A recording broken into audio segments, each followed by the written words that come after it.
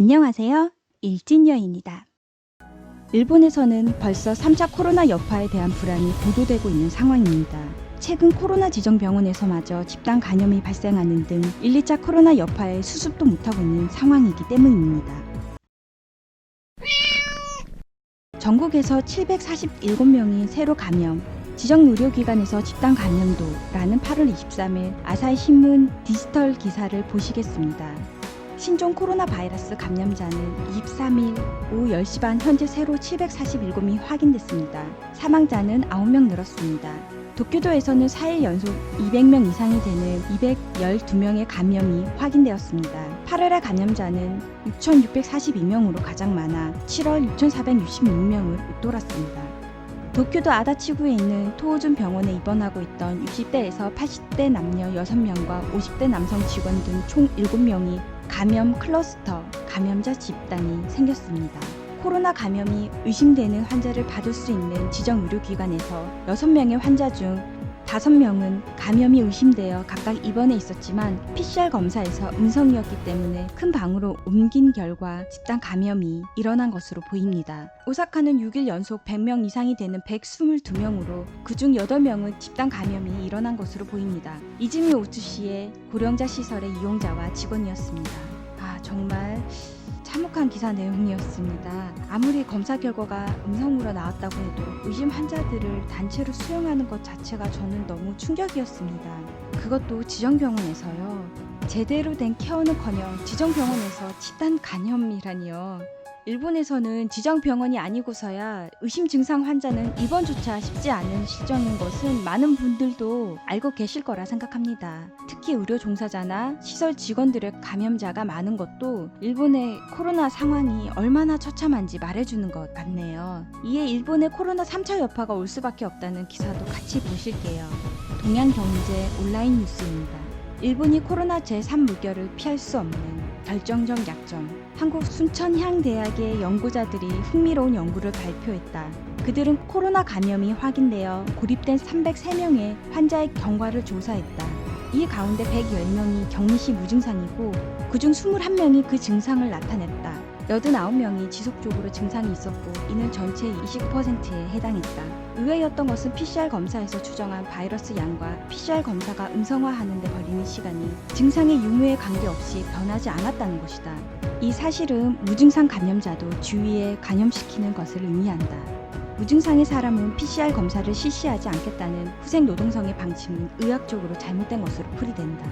한국에서 이런 연구가 나온 것은 제1파의 유행 시 처음부터 철저하게 PCR 검사를 실시하고 무증상 감염자를 정확하게 파악할 수 있었기 때문이다. 일단 메르스의 유행으로 고전한 경험을 살린 셈이다. 사실 일본에도 기회가 있었다. 다이아몬드 프린세스 속 검역 경험이다. 많은 승객이 기내에서 감염 후 경과도 알고 있다. 일본에서도 감염자의 상태를 기술한 논문이 보고되고 있지만 PCR을 철저하게 실시하거나 무증상 감염자의 임상사진을 공개한 것은 아니다. 한일의 차이를 나눈 것은 PCR 체제 정비이다. 코로나 연구의 기반은 PCR 검사이다. PCR을 하지 않기에 진단도 할 수 없기 때문이다. 반대로 PCR 체제를 충실하면 다양한 대학과 의료기관이 독자적으로 임상 연구를 진행할 수 있다. PCR이 제한되어 있는 일본의 문제, 왜 일본에서 임상 연구가 진행되지 않는가? 그것은 PCR이 제한되어 있기 때문이다. 언론은 보건소와 민간 검사 회사의 검사 제공 능력을 유일하게 논의하고 있지만 문제는 이것만이 아니다. 일본은 공공비용으로 검사를 받는 대상이 제한되어 있다. 그 전형적인 예가 증상자다. 그러나 후생노동성은 증상자의 검사는 불필요라는 방침을 고수하고 있다. 사실 이 중에는 의사와 간호사, 간병인, 심지어 경찰과 자위대원 등 사회적으로 중요한 노동자인 필수 근로자나 노숙자 등 취약계층이 포함된다.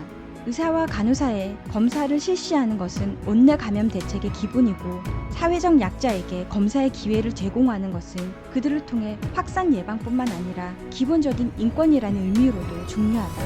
이런 사람들에게 검사를 제한하고 있는 선진국을 나는 모른다. 왜 그들에게 공비가 나오지 않는가 하면 법적 근거가 없기 때문이다. 코로나 검사의 법적 근거는 감염법이다. 이 법에서 검사가 인정되는 것은 감염자 및 감염 의심자와 위험 접촉자뿐이다. 제1파의 보건소가 위험 접촉자에 대한 대응에 쫓기는 한편 발열 일반 시민은 37.5도 이상에서 4일간이라는 기준을 만들어 검사를 억제한 것은 감염법으로 준수하고 대응했기 때문이다.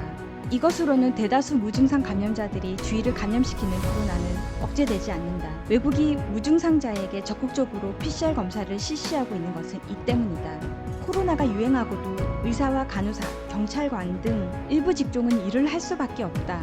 코로나 감염은 그들의 생명에 직결된다. 미국 뉴욕주 공립학교 교원 13만 3천 명이 가입한 뉴욕시 교원연맹은 PCR 검사 등 코로나 대책이 정비되지 않은 채 9월에 학교가 재개되면 파업도 불사하겠다는 자세를 표명하고 있다. 필수 근로자는 검사를 받을 권리가 있는 것이다. 그런데 일본은 반대이다. 후생노동성과 전문가가 솔선하여 검사를 쥐어 짜내고 있다. 7월 16일 코로나 감염증 대책 분과회는 무증상의 사람을 공비로 검사하지 않는다고 정리했다. 후생성은 현행 감염법 확대 해석으로 극복하려 하고 있다. 감염자가 다발하는 지역이나 집단 감염이 발생한 지역에서 의료기관이나 노인시설 직원이나 입소자도 공비로 검사를 받을 수 있다는 통보를 내놨다. 이는 이 같은 지역에서 일하는 의사와 간호사를 감염에 의심하는 정당한 이유가 된다며 위험 접촉자의 정의를 확대 해석하는 것이다. 이것만으로는 감염 대책을 하는 것은 수동적인 것이다. 원내 감염이 생겨 많은 노인들이 숨지고 만다. 필수 근로자의 인권을 전혀 생각하지 않은 탓에 위험 접촉자의 확대 해석은 후생성에 맡겨진다. 검사를 받을 수 있는 것은 후생성의 은혜적 조치라는 셈이다. 이는 일본 공중보건이 전 내무부의 위생경찰 업무였던 데서 유래한 것이다. 국민 인권보다 국가의 형편이 우선시되고 있다. 사회 근로자는 검사를 받을 권리가 있다. 유행 지역에서는 용후 접촉자의 유무에 관계없이 검사를 실시할 수 있는 체제를 갖추는 것이 시급하다. 그러기 위해서는 먼저 임시국회에서 감염법을 개정하고 이것을 명시하는 것이 요구된다. 국민 눈높이에서 감염 대책을 바꿀 때인 것이다. 라고 합니다. 기사 내용을 간단하게 정리하자면 일본이 무증상자에 대한 검사를 하지 않는다. 위험 접촉자 말고는 검사하지 않는다. 그래서 연구하고 실험할 데이터도 없는 실정이다라고 말할 수 있겠습니다. 결국 진단검사를 하지 않는 일본의 상황이 지금의 코로나 악몽을 키운 것 같습니다. 오늘 영상은 여기까지 할게요. 항상 행복하시고 오늘도 좋은 일진 되세요.